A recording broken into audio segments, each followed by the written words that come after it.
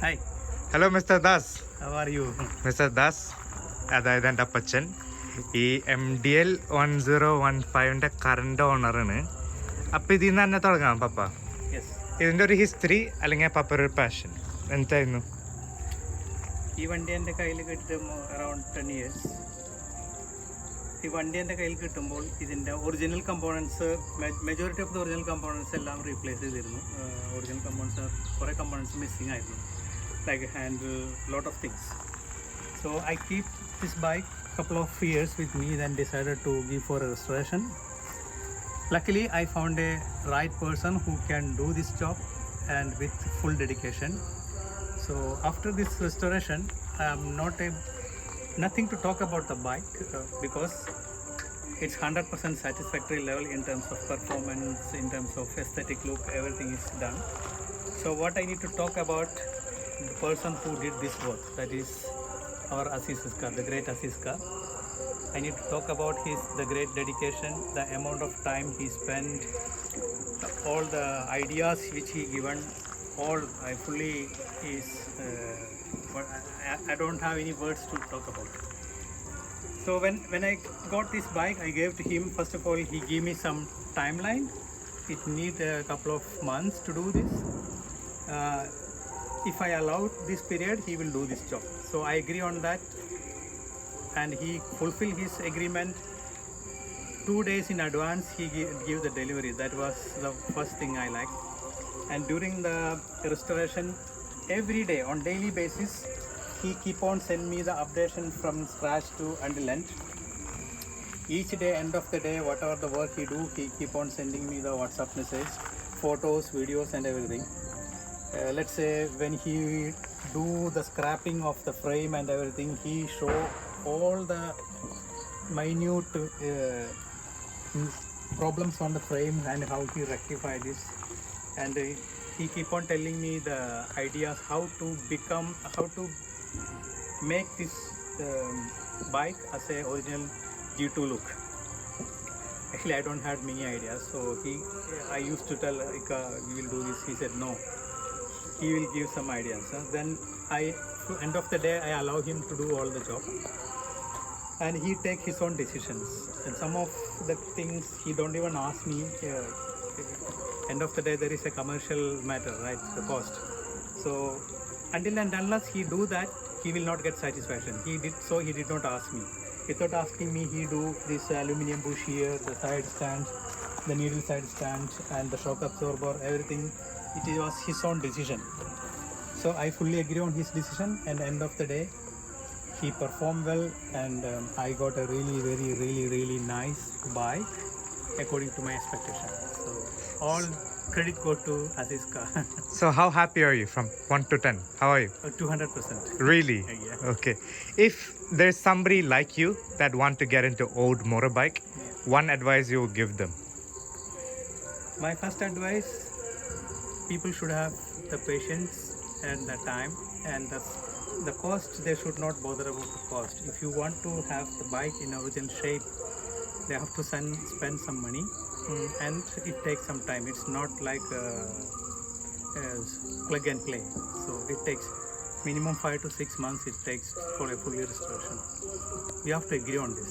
If you make hurry, it will not happen. Okay. That is the simple advice.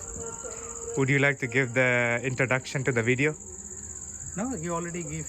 So Okay. you already took a lot of videos and photos. Okay, so from now we'll go in depth about this bike into details. This is the needle stand, yes? Needle stand? Yep. Okay so hello, ഞാൻ അമർദേവ്. ഞാൻ അസിസിക്കറ ഒപ്പം കൂടെ. അസിസിക്ക old Madras motor cycles അങ്ങനെ കുറെ വീഡിയോസിൽ അസിസിക്ക കുറെ famous ആയിട്ടുണ്ട്, കുറെ റൈഡിന് പോകാറുണ്ട്. ഇത് അസിസിക്ക ചെയ്തൊരു വണ്ടിന്. പക്ഷെ ഈ ഒരു ഇന്റർവ്യൂ ചെയ്യുന്നതിന് മുന്നേ ഞാൻ അസിസിക്കിനെ കുറിച്ച് പറയുന്നു.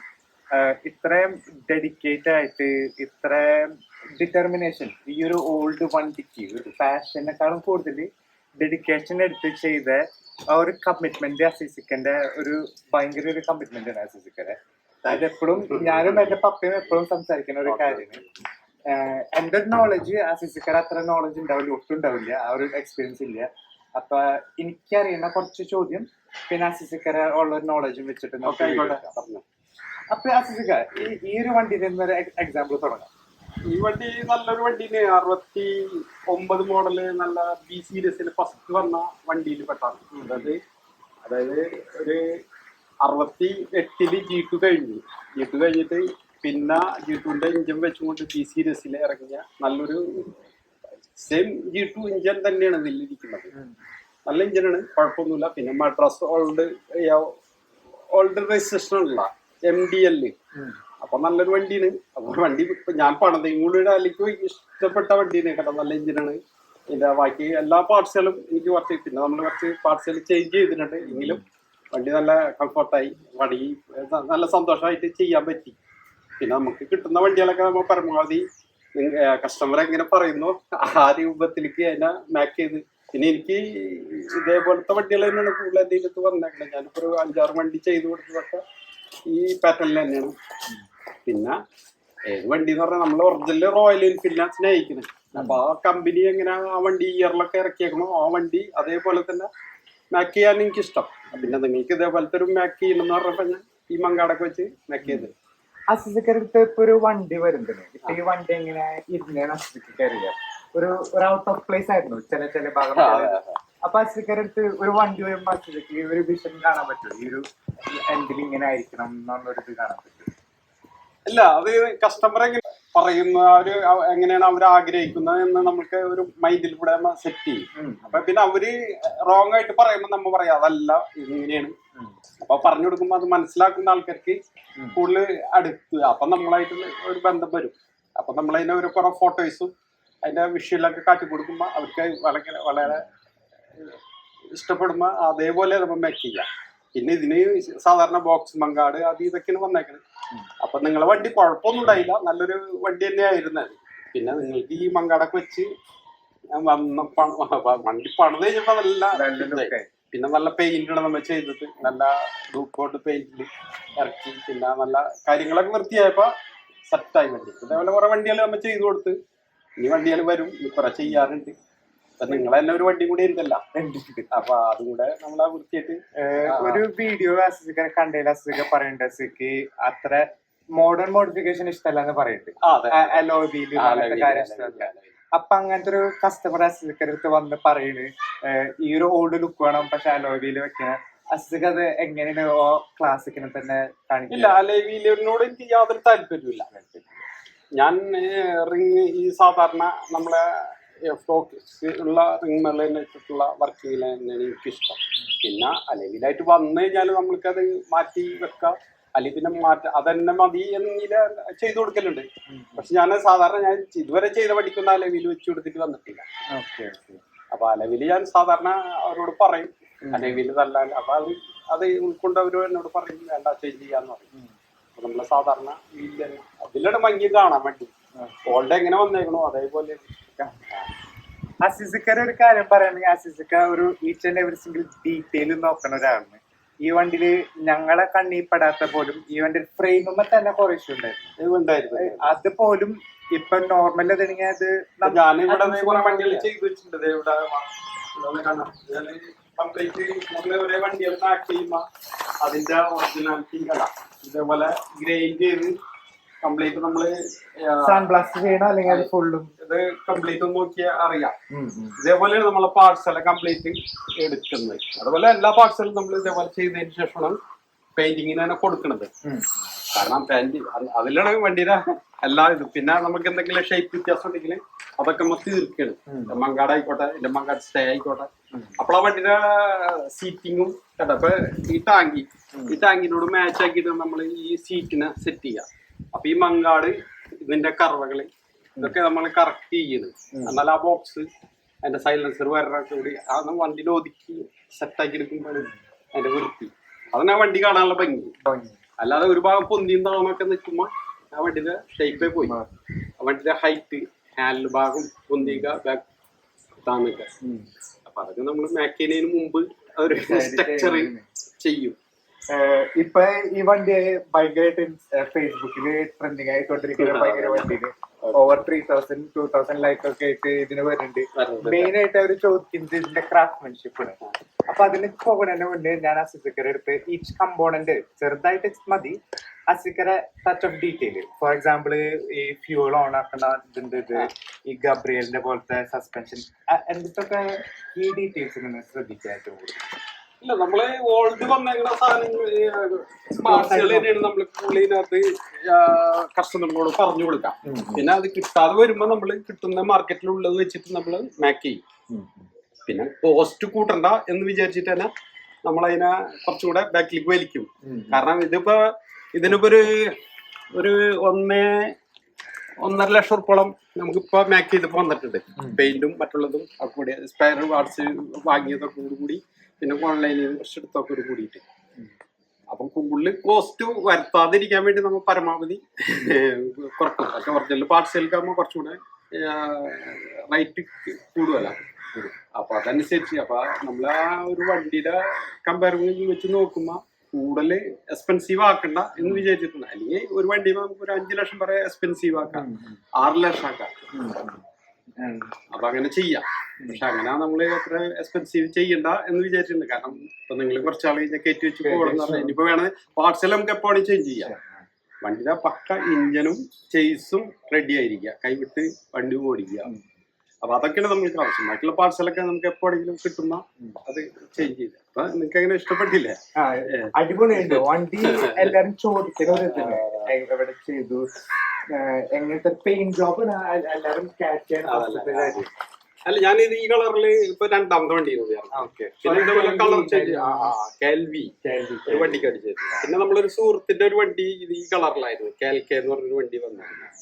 അപ്പൊ ഇത് ഒറിജിനൽ ഒരുവിധം നമ്മളൊക്കെ ഹൃദയത്തിൽ തട്ടിയൊരു പെയിന്റ് ആണത്, ഈ കളറ്. ഈ ഒരു എക്സാമ്പിൾ എടുത്ത് നോക്കിയപ്പോ ഈ ബോക്സ്, ഈ ടൂൾ ബോക്സ് ഫ്ലാറ്റ് ആയിരുന്നു. അല്ല, ഇതിനെ നമ്മള് വീണ്ടും അടിച്ച് പരത്തി ഈ ടൂൾ ബോക്സ് ആക്കി എടുത്താണ്. കാരണം അതിന്റെ ഷേപ്പ് ഉണ്ട്, അതൊന്ന് അടുത്ത് വന്ന് എടുത്താൽ വേണ്ടി. കാരണം ഈ ഷേപ്പിൽ കൊണ്ടുവരലാണ് മെയിൻ. നമ്മള് അത്രക്കും പെർഫെക്റ്റ് ആയിട്ടുള്ള വർക്ക് ചെയ്താൽ ഇത് ആവി കിട്ടുള്ളൂ. നമ്മൾ വാങ്ങിയതല്ല ടൂൾ ബോക്സ്, പഴയ ഇതിന്റെ ടൂൾ ബോക്സ് തന്നെ എടുത്തിട്ട് നമ്മ ആക്കിയെടുത്താണ്. അസിസക്ക അങ്ങനത്തെ ഒരു ഇതില് അസിസക്ക ഈ ഒറിജിനൽ ടൂൾ ബോക്സിൽ തന്നെ ഫ്ലാറ്റ് ചെയ്തതാണോ റെക്കമെൻഡ് ചെയ്യുന്നത്? അല്ല, നമ്മള് ഇതിന്റെ കോപ്പി വരണ്ട്. പിന്നെ ഒറിജിനൽ ടൂൾ ബോക്സ് കുറച്ച് റേറ്റ് കൂടും. അപ്പൊ കിട്ടാനുണ്ട്, മറ്റേ പെർഫെക്റ്റ് ആയിരിക്കില്ല. പിന്നെ വീണ്ടും നമ്മളെ മാക്ക് ചെയ്ത് ഇതിപ്പോ ഓൾറെഡി കുഴപ്പമില്ലാത്ത കണ്ടീഷനിൽ ഇത് നല്ല ടൂൾ ബോക്സ് ആയിരുന്നു.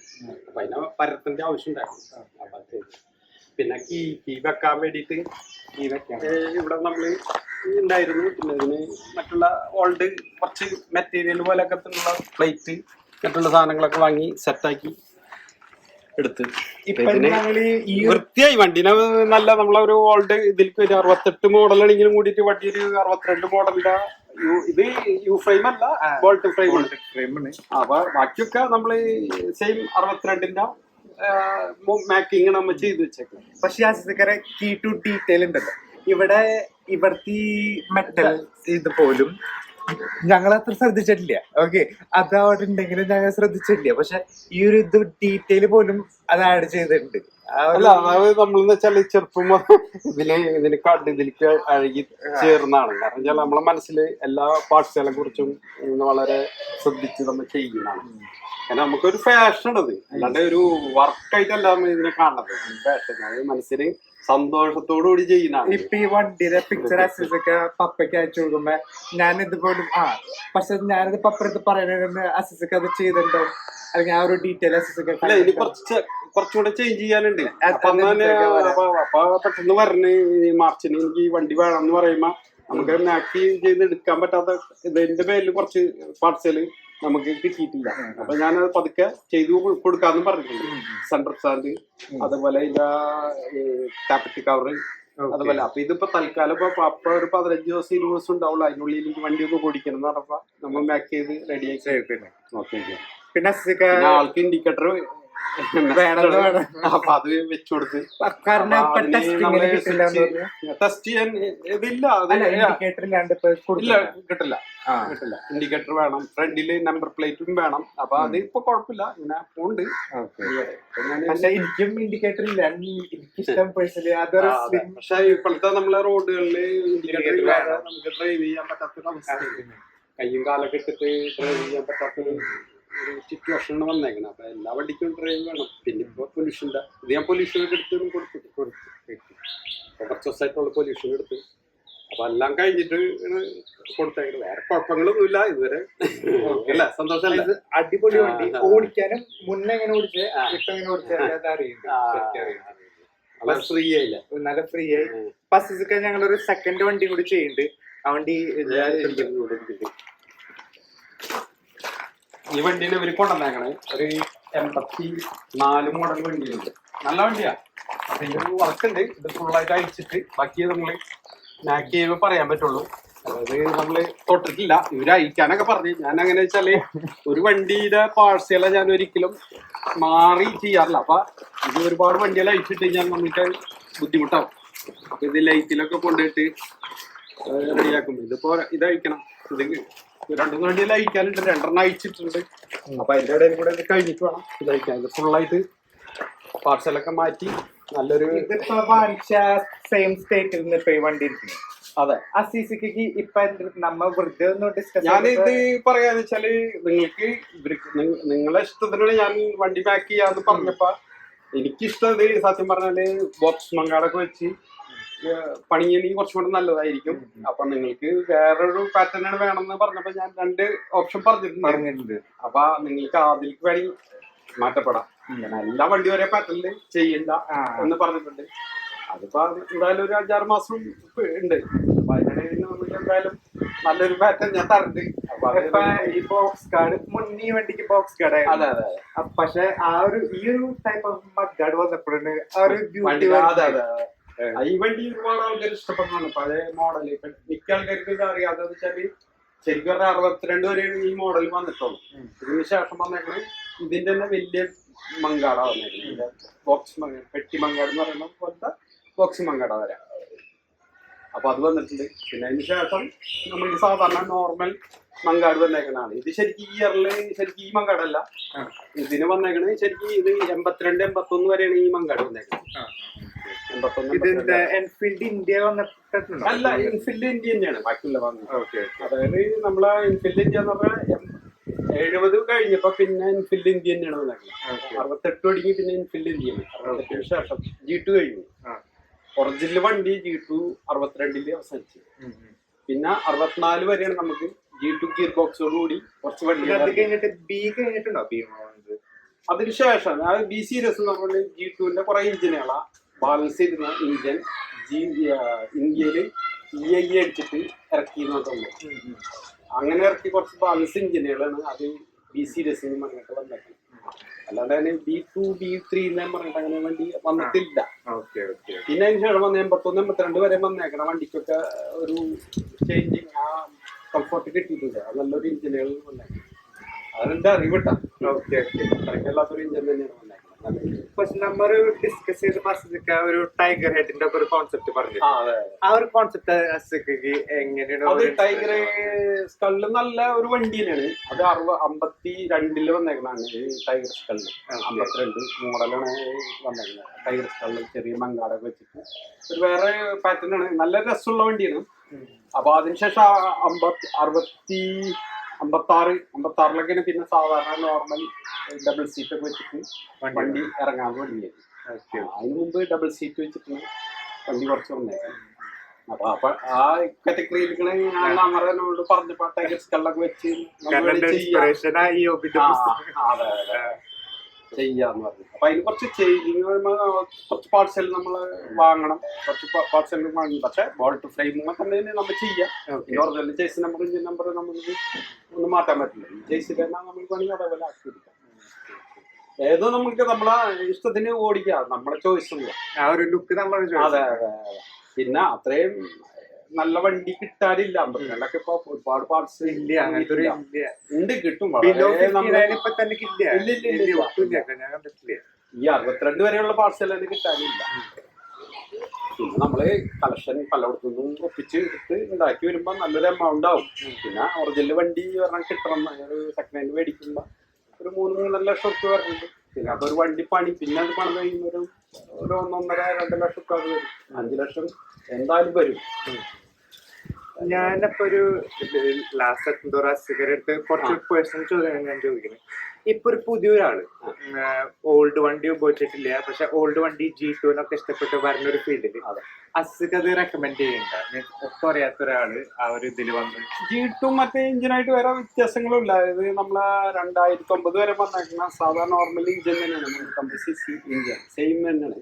പക്ഷെ G2 അതിന്റെ ഗിയർ ബോക്സും അതിന്റെ ഇഞ്ചിന്റെ പെർഫോമൻസും ഒക്കെ കൂടിയിട്ടാണ് ഈ G2 വ്യത്യാസം വരുന്നത്. പിന്നെ G2 വണ്ടിക്ക് എന്ന് പറഞ്ഞാൽ ഒരു നല്ലൊരു ഇഞ്ചിനാണ് അവരെ ഇറക്കിയത്, ഇംഗ്ലണ്ട് ചെയ്തേക്കണം മാക്ക് ചെയ്തേക്കണം. അതിന്റെ ഒരു പ്രത്യേകത കൂടി ഇതായിരുന്നു. അതിപ്പോ 81-82 വരെയുള്ള വണ്ടിയൊക്കെ നല്ല വണ്ടികളായിരുന്നു.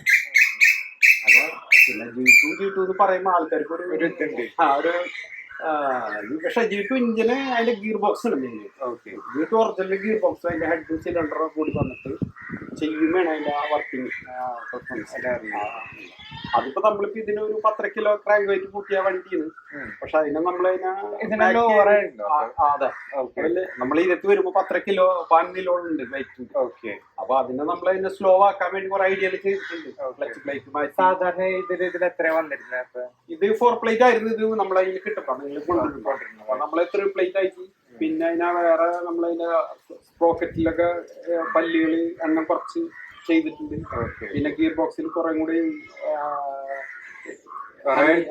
ചെയ്ത് വർക്ക് ചെയ്ത് അതായത് സ്ലോ ആക്കാൻ വേണ്ടിട്ട്, ഓട്ടത്തില് നമുക്ക് നല്ലൊരു സ്മൂത്തിങ് കിട്ടാൻ വേണ്ടിട്ട്. അതൊക്കെ ഒരു മെക്കാനിക്കലിന്റെ ഐഡിയകളാണ്. ഞാൻ മെക്കാനിക്കലോ നല്ല, നമ്മൾ ഒരുപാട് വണ്ടികൾ ഇഷ്ടം കൊണ്ട് ചെയ്തു, ഒരുപാട് വണ്ടികൾ നമ്മൾ ഇതേപോലെ മാക്ക് ചെയ്ത് പലതും പരീക്ഷണങ്ങളായി ചെയ്തിട്ടുണ്ട്. അപ്പൊ ആ പരീക്ഷണമൊക്കെ കുറെ വിജയിച്ചിട്ടുണ്ട്.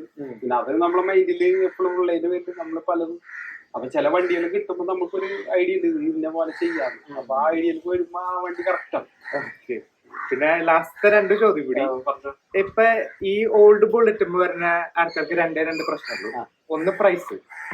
ചില ആൾക്കാർ ഭയങ്കരമായിട്ട് കുറഞ്ഞു പറയും, ചില ആൾക്കാർ ഭയങ്കര കൂട്ടി പറയും. ഈ വണ്ടിനെ ഇഷ്ടപ്പെടുന്നവർക്ക് മാത്രമാണോ ഇതിന്റെ ആ ഒരു പ്രൈസ് മനസ്സിലാക്കാൻ പറ്റുള്ളൂ? അതെ, വണ്ടിനെ മനസ്സിലാക്കിയവർക്ക് മാത്രമേ വണ്ടിയെ റേറ്റും കാര്യങ്ങളും പറയാൻ പറ്റുള്ളൂ. കാരണം ഒരു വണ്ടി മാക്ക് ചെയ്ത് സ്വന്തമായിട്ട് ഉപയോഗിച്ചിരുന്ന ഒരാൾക്ക് ഇതിന്റെ കറക്റ്റുള്ള ഡെപ്ത് അറിയുള്ളൂ. മറ്റുള്ളവർക്ക് ഇത് കാണുമ്പോ ഒരു പൂതി, അല്ലെങ്കിൽ കാണുന്ന സംസാരിക്കുമ്പോ അവരെ വിചാരം ഒരു 1 ലക്ഷത്തോട് വണ്ടിയാവും, അല്ലെങ്കിൽ ഒരു 50,000 റുപ്യ വണ്ടിയാവും. പക്ഷെ അത് തെറ്റും. അതാണ് വണ്ടി എന്ന് പറഞ്ഞാൽ ചിലപ്പോൾ ഒരു 3 ലക്ഷം ആവും, 5 ലക്ഷം ആവും. വണ്ടി നമ്മളെ ഇഷ്ടപ്പെടുന്ന, നമ്മൾ ഓടിക്കാൻ കംഫർട്ട് ആവുന്നവരെ, അത് ആവുന്നവരെ ചെയ്ത് ചിലപ്പോൾ 4 ലക്ഷം ആവുന്ന ആൾക്കാരുണ്ട്. ചിലപ്പോൾ ഇഞ്ചിൻ 4 പ്രാവശ്യം വളർന്നിട്ട് ശരിയാവാതെ വീണ്ടും വീണ്ടും പഠിക്കുന്ന ആൾക്കാരുണ്ട്. അതൊന്നും ഒരിക്കലും പറയാൻ പറ്റില്ല. അപ്പൊ നിങ്ങൾ ഈ വണ്ടി ഉപേക്ഷിക്കില്ല, നിങ്ങളെ സ്വന്തം വണ്ടി. ചിലർ പണത് കുറച്ച് കഴിയുമ്പോൾ ആൾക്ക് മടുക്കും, അപ്പൊ കിട്ടിയാലേക്ക് കൊടുക്കും. അപ്പൊ കിട്ടുന്നവർക്ക് ചിലപ്പോൾ ലക്ഷ്യായിരിക്കും. അപ്പൊ പിന്നെ ചില വണ്ടികൾ എത്ര പണത് കിട്ടിയാലും കുറച്ച് ദിവസം കഴിയുമ്പോൾ അത് കംപ്ലൈന്റ് ആയിരിക്കും.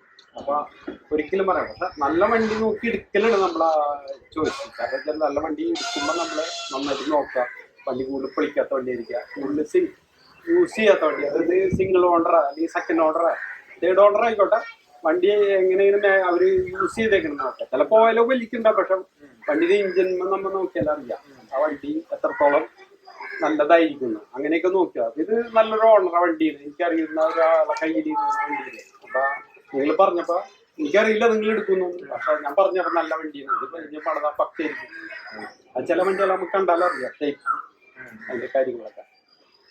അപ്പൊ അങ്ങനെയുള്ള കുറെ എക്സ്പീരിയൻസ് നമുക്കുണ്ട്. പിന്നെ നമ്മള് റോഡെ പോകുന്നവര് സംസാരിക്കുന്ന വിഷയത്തിൽ നമ്മൾ ഒരിക്കലും അവരോട് പറഞ്ഞ് മനസ്സിലാക്കാൻ നിൽക്കാറില്ല. പിന്നെ പല ഗ്രൂപ്പുകളിൽ കമന്റുകളൊക്കെ പലത് ചെയ്യും, അത് നമ്മൾ കൊടുക്കാറില്ല. ചിലർ വണ്ടി 50,000 റുപ്യക്ക് പണിയുന്നവരുണ്ട്, പെയിന്റ് അടിച്ച് പണിയുന്നവരുണ്ട്, 5 ലക്ഷത്തിന് പണിയുന്നവരുണ്ട്, ഒരു 60,000-ന് പണിയുന്നവരുണ്ട്. അത് പലരുടെ ഐഡിയ ഉണ്ട്. അവര് പറയും നമുക്കിപ്പോ ഇത് ഒരു 25,000-ന് പണിയാൻ വേണ്ടി പണിയാം. അത് അപ്പൊ ചോദിക്കാം എങ്ങനെയാന്ന്. അത് വണ്ടിയായിട്ട് പണിയാൻ പറ്റില്ല. പക്ഷെ നമുക്ക് ഇഷ്ടപ്പെട്ടൊരു പോലെ 25,000 പണിയാണെങ്കിൽ 25,000 പണിയാം, 50,000. പക്ഷെ വണ്ടിയായിട്ട് നമുക്ക് ഇഷ്ടപ്പെടുന്ന പോലെ പണിയുമ്പോൾ പൈസ വരും. അതിനതിന്റെ കറക്റ്റ്. അല്ലാണ്ട് നമ്മളിപ്പോ ഒരു വണ്ടി 1,50,000 1,70,000 അപ്പൊ അതിന് പാർട്സുകളും കാര്യങ്ങളും അത് വാങ്ങുമ്പോൾ അതിന്റെ കോസ്റ്റൊക്കെ കൂടി വരുമ്പോൾ നല്ലൊരു എമൗണ്ട് ആവും എന്നുള്ളത് കൂട്ടില്ല. വണ്ടിയുമ്പോൾ പാർട്സ് വെച്ചിട്ട് നമുക്ക് എന്തെങ്കിലുമൊക്കെ അവിടെ ഇവിടെ സ്പ്രേ പെയിന്റ് ഒക്കെ അടിച്ച് ഒരു വണ്ടിയാക്കി എടുക്കാം, ഓടിച്ചുകൊണ്ട് നടക്കാം. അങ്ങനത്തെ ഒരു ഇത് മതി. ഈ വണ്ടിക്ക് ഒരു കുഴപ്പമില്ല, ഇത് പണിയുടെ ഒരു ആവശ്യമില്ല. ടെസ്റ്റ് കിട്ടാ വണ്ടി ഓടിക്കുക, ഇതിനിപ്പോ എന്താ കുഴപ്പമില്ല. പക്ഷെ അത് നമുക്ക് ഓടിക്കാൻ താല്പര്യമുണ്ട്. പിന്നെ ഇതിന് കുറേശ്ശെ പൈസ പണിത് ഈ പറയട്ടെ ഒരു 5 ലക്ഷം വരെ 4 ലക്ഷം 3 ലക്ഷം വരെ കളയുക, എന്നാലും വണ്ടിയാവൂല. അതിന് അവസാനം വരുന്ന ഒരു സംഭവം. അതായത് കുറേശ്ശെ നമ്മൾ ചെയ്യും, അതൊന്നും ആവൂല. ലാസ്റ്റ് ഇത് കൊണ്ടുപോയിട്ട് എവിടെയെങ്കിലും കൊണ്ടുപോയിട്ടിട്ട് അന്നാ പഠിക്കുന്നു പറഞ്ഞാൽ അപ്പൊ ഒരു 20-40 എമൗണ്ടിൽ പണിത് ചെയ്യുമ്പോൾ വണ്ടിയാണ്. കാരണം എപ്പോഴും നമ്മളെ ഈ ജമ്പാകം കംപ്ലീറ്റ് ഒരേപോലെ പണിയും. ഇഞ്ച പണിയുമ്പോൾ ക്ലച്ച് ക്ലച്ചിന്റെ ഗീർ പണി, ഗീറിനൊക്കെ ഹെഡ്, സിലിണ്ടർ. അപ്പൊ മൊത്തം നമ്മള് പണിത് സെറ്റ് ആക്കിയാലോ ഒരു വണ്ടി ആവുള്ളൂ. പിന്നെ ടയറൊക്കെ നമുക്ക് എപ്പോഴും ചെയ്യാൻ മാറ്റാം. ഇതിന്റെ പണിയുമ്പോൾ ഈ ഭാഗങ്ങൾ കംപ്ലീറ്റ് ചെയ്യുക. ഇതിന് കിട്ടുന്ന പൈസ കൊണ്ട് വർഷത്തിൽ കൊടുക്കാനില്ല, വണ്ടി ഷെഡിലിരിക്കാനും നേരമുണ്ടാവും. അപ്പൊ അതൊക്കെ നമ്മളെ പറഞ്ഞു കൊടുക്കും. പണിയുമ്പോ അങ്ങനെ പണിതാൽ മതി, അല്ലെങ്കിൽ ഇങ്ങനെ ഓടിച്ചിട്ട് കിടക്കാം. എവിടെ വഴി പെടുന്നു ചീപ്പായിട്ടാണ് എന്തായാലും ഇപ്പൊ ലാസ്റ്റത്തെ വരുന്ന ചോദ്യം, ഇപ്പൊ ഒരാള് പാർട്സ് ഒക്കെ പറഞ്ഞാൽ കിട്ടാനില്ല. ഇപ്പൊ ഒരാള് ഞാൻ ഈ വണ്ടി വെറുതെ വീട്ടിൽ വെക്കുന്നത്, ഞാൻ ഓൾഡ് വണ്ടി യൂസ് ചെയ്യണ ആളാണെങ്കിൽ എന്തിട്ട് പാർട്ടിന് ഞാൻ കൺസിഡർ ചെയ്യേണ്ടത് ലോങ് റണ്ണിൽ? ഞാൻ എന്തെങ്കിലും വെക്കേണ്ട പാർട്സ് എപ്പോഴും മാറ്റങ്ങൾ വരുന്നുണ്ടെങ്കിൽ മാറ്റങ്ങൾ വെക്കാനുള്ള വെച്ചാൽ ഇഞ്ചിൻ കണ്ടീഷൻ ഉണ്ടെങ്കിൽ പിന്നെ നമ്മൾക്ക് അങ്ങനെ വലിയ പാർട്സുകളൊന്നും വേണ്ട. പിന്നെ നമ്മൾക്ക് കുറച്ച് കിട്ടാത്ത കുറച്ച് ഐറ്റംസ് ഗിയർ ബോക്സിന്റെ ഐറ്റംസുകൾ വാങ്ങി വെക്കാം. അതല്ല ഇപ്പൊ ഒന്നും ഒറിജിനൽ റോയൽ എൻഫീൽഡിന്റെ പാക്കറ്റിൽ വരുന്ന സാധനങ്ങളൊന്നും അല്ല. ഒരു 2 പീസ് 3 പീസൊക്കെ നമുക്ക് മേടിച്ച് വെക്കേണ്ടി വരും. ഇപ്പൊ പമ്പായിക്കോട്ടെ, പമ്പിന്റെ ഷാഫ്റ്റ് ആയിക്കോട്ടെ, അതൊന്നും കിട്ടാത്താണ്, ഓടിച്ചെന്ന് കടകളിൽ കിട്ടില്ല. അപ്പൊ അതൊക്കെ ഒന്ന് വണ്ടി ചിലപ്പോൾ പെട്ടെന്ന് എന്തെങ്കിലും കംപ്ലൈന്റ് ആയി ഓടിക്കാൻ കിട്ടില്ല. അപ്പൊ അതൊക്കെ ഒരു സ്പെയർ ആയിട്ട് നമുക്ക് വാങ്ങി വെക്കാം. അതുപോലെ അത്യാവശ്യമുള്ള വെറുതെ ബാക്കിയുള്ളതൊക്കെ നമുക്ക് ഓൺലൈനിലൊക്കെ വരുന്നുണ്ട്, സാധനങ്ങൾ കിട്ടാനുണ്ട്. ഈ വണ്ടിയിലൊക്കെ ഒരു സാധനങ്ങളൊക്കെ നമുക്ക് കിട്ടും. വയറിങ്ങുകൾ, പഴയ വണ്ടിയുടെ വയറിങ്ങുകളൊക്കെ നമ്മള് കളക്ഷൻ ചെയ്ത് മാറ്റി വെച്ചിട്ട് വണ്ടിക്ക് എന്തെങ്കിലും പറ്റുന്ന കാലത്ത് ഒരു 10-12 വർഷമൊക്കെ ആയിട്ട് ഇപ്പോഴും ഒരു കുഴപ്പമില്ലാണ്ട് ഓർമ്മ വണ്ടികളാണ് ഇരിക്കുന്നത്. ഒരു കുഴപ്പമില്ല. ആ അമാൽ കാർബൺ വെച്ചിട്ട് പൊല്യൂഷൻ എടുത്തേക്ക് ഒരുവിധം 80% വണ്ടിക്ക് പൊല്യൂഷൻ കിട്ടണമെന്ന് പറഞ്ഞു. ഞാൻ ആ വണ്ടി കൊണ്ടുപോയിട്ട് പൊല്യൂഷൻ എടുത്തിട്ടുണ്ടെന്ന് വെച്ചാൽ അത് ആ വണ്ടി നമ്മളെ ടൈമിങ് കറക്റ്റ് ആയിരിക്കുക, വണ്ടിയുടെ ബീറ്റ്, കരയിലെ എയർ പോണത് കരണ്ടും ഒക്കെ ഒരുപോലെ സമയത്ത് വരുന്ന വണ്ടിക്ക് കുഴപ്പമുണ്ടാവില്ല. ടൈമിംഗ് ആണ് ശരി. പിന്നെ അസിക്ക ഇപ്പൊ വണ്ടികൾ ബിൽഡ് ചെയ്യുന്നുണ്ട്, പക്ഷെ അസിക്ക ഏറ്റവും കൂടുതൽ ചോദിക്കുന്നത് ടൈമാണ്. കാരണം വെച്ചാൽ നമ്മൾക്കിപ്പോ വർഷാപ്പല്ല, എനിക്ക് ഇത് ലൈറ്റിൽ കൊണ്ട് കൊടുക്കണം, പിന്നെ കരുവാറ്റയിൽ കൊണ്ട് കൊടുക്കണം, അവരെന്നൊക്കെ കിട്ടാൻ ഒരുപാട് ടൈം എടുക്കുന്നുണ്ട്. അപ്പൊ അവര് നമുക്ക് എത്രത്തോളം ലേറ്റ് ആക്കുന്നു. പിന്നെ പെയിന്റർ മിസ്സായിട്ട് ഇരിക്കുന്നതിന്റെ എല്ലാ സാധനം ഇവിടെ കിടക്കുന്നു. ഇനിയിപ്പോ ഒരാഴ്ച ഈ വിഷുവൊക്കെ അതിന് കൊടുക്കാൻ പറ്റില്ല. കൊടുക്കാന്ന് പറഞ്ഞാൽ കൊടുത്തു കഴിഞ്ഞാൽ ഉടനെ നമുക്ക് പ്രൈമർ അടിച്ചിട്ട് പിന്നെ അത് കുത്തി വലിച്ച് പിന്നെ ചെയ്ത് റെഡി ആക്കി കിട്ടുമ്പോൾ എന്തായാലും ഒരു 3 മാസം പിടിക്കും. അപ്പൊ നമ്മളതൊരു വണ്ടിയെല്ലാം അയച്ചുകൊണ്ടിരിക്കുന്നത് തന്നെ അതുപോലെ ക്ലിയർ ആക്കിയിട്ട് പാർട്സ് ആക്കി കൊണ്ട് കൊടുക്കുന്നുണ്ട്. വണ്ടിയുടെ എത്ര പാർട്സ് ഉണ്ടോ അത് തെറ്റാതെ കംപ്ലീറ്റ് ആക്കി കൊടുക്കുന്നത്. അത് സ്ട്രക്ചർ ആക്കി കറക്റ്റ് ആക്കിയതിനു ശേഷം നമ്മൾ അയച്ചിട്ട് അത് എല്ലാ പാർട്സും ക്ലിയർ ആക്കി പെയിന്റ് അടിക്കാൻ കൊടുക്കാം. പെയിന്റ് അടിച്ച് വന്നതിന് ശേഷം പിന്നെ ക്ലിയർ ആക്കി നടക്കില്ല. അപ്പൊ എല്ലാം നമ്മള് ഒന്നേന്ന് പറഞ്ഞ് തുടങ്ങിയിട്ടുണ്ട് നമ്മൾ ആ സാധനം ചെയ്യും. അതിന്റെ പേരിൽ നമുക്ക് കറക്റ്റ് ആയിട്ട് ചെയ്യാൻ പറ്റും. അല്ലാതെ വണ്ടി പണിതതിന് ശേഷം അവിടെ ഇത് ചെയ്യുന്ന പറഞ്ഞാൽ നമുക്ക് കറക്റ്റ് ആവും. അങ്ങനെയൊക്കെയാണ്. ഈ വീഡിയോയിൽ ഇനി അസിക്ക ഞങ്ങൾക്ക് അയച്ചെന്ന കുറെ വീഡിയോസ് ഉണ്ട്. അസിക്ക കുറെ ഫോട്ടോസ് ഇതെങ്ങനെയായിരുന്നു ഉണ്ട്. അപ്പൊ ഇതിൽ ഓൺ ദ സ്പോട്ടിൽ ഇടുന്നതാണ്. പക്ഷെ അസിക്കയുടെ ഡെഡിക്കേഷൻ ആണ്. Thank you. അസിക്കയുടെ ആ ഒരു പാഷനും ഡെഡിക്കേഷനും ഏറ്റവും കൂടുതൽ റെസ്പെക്ട് ചെയ്യാം. Thank U.